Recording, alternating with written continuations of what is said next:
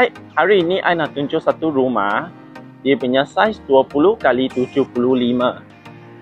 Dalam tu ada 3 bilik, 4 bilik air. Lepas tu build up adalah 2100 square feet. So dalam carport sini ada 20 kaki, boleh muat 2 kereta. Jika ada extra, boleh parking 2 kereta dekat luar. So mari kita tunjuk.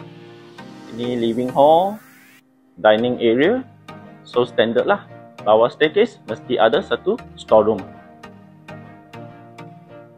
Okay. So untuk bawah sini dia memang tak ada bilik. Dia cuma ada dapur tapi saiz banyak luas.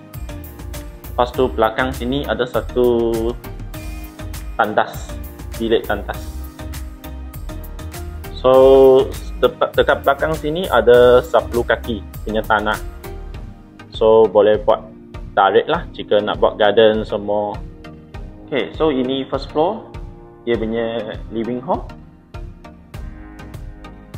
Bilik ketiga.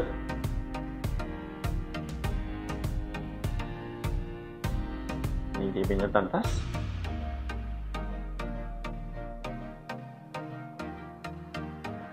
Bilik kedua.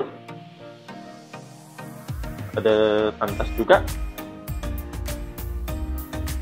Mari kita pergi master. So ini master room. Ada wardrobe sendiri. Ini master bath.